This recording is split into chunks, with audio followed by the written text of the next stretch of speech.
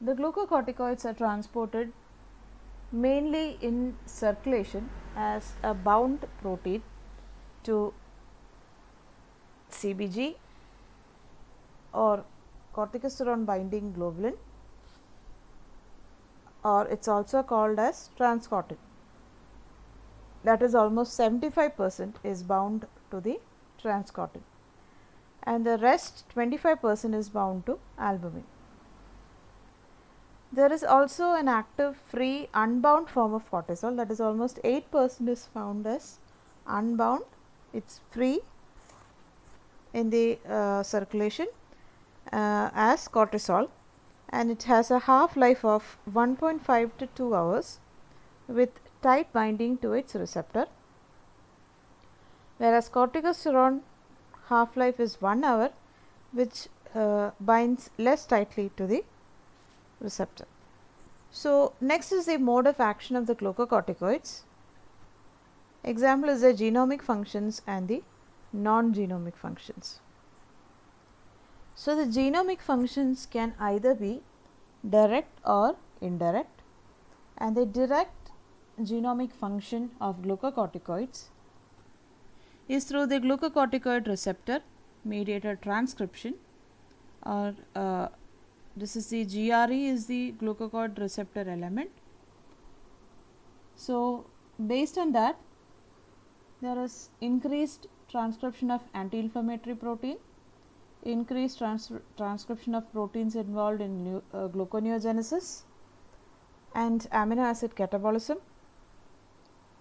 decreased transcription of functional proteins like POMC, keratin, osteocalcin, CRF, etc., and decreased expression of inflammatory proteins like interleukins 1 beta and 2.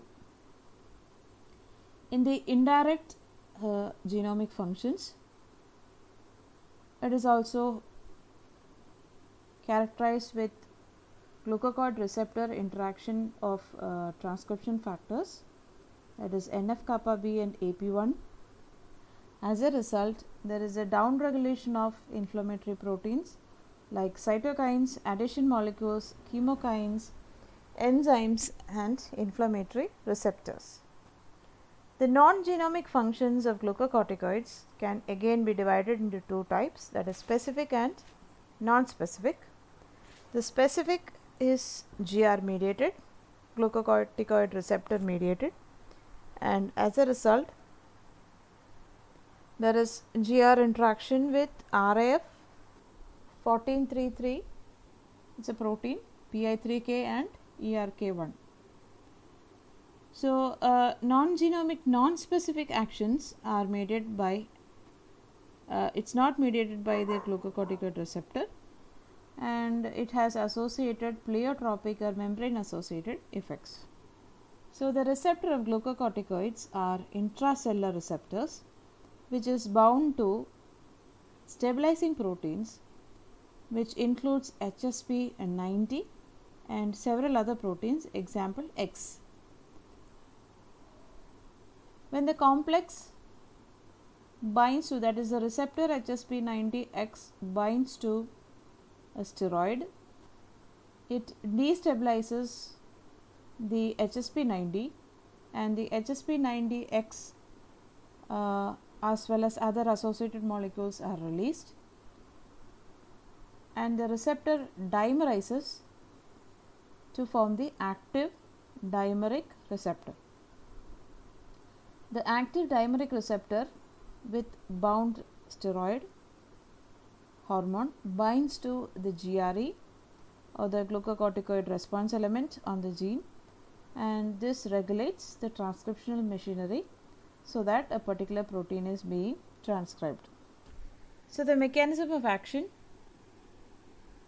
of glucocorticoids, where the glucocorticoid diffuses across the cell membrane, binds with the glucocorticoid receptor in the cytoplasm and causes the release of HSP19 or heat shock protein 19, allows the GCGR complex to diffuse across the nuclear membrane and bind to the glucocorticoid response element or the GRE, and the GRE is responsible for transcription of the proteins.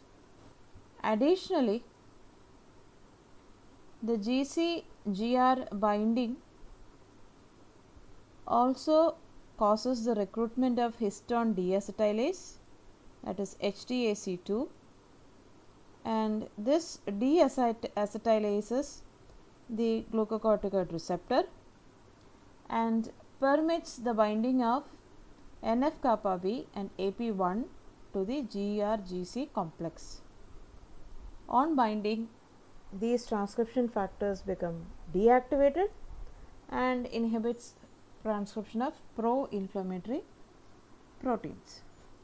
So, the glucocorticoid steroid hormone enters into the plasma membrane,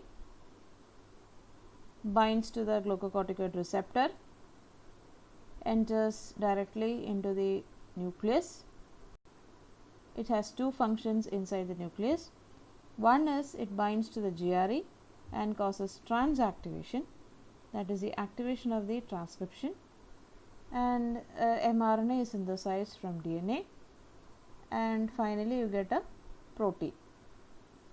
At the same time, it can also cause trans repression, where the transcription factor NF kappa B binds to the glucocorticoid receptor complex and deactivates the transcription factor, whereas as a result there is no binding of the glucocorticoid receptor complex to its GRE, which results in down regulation of some of the proteins.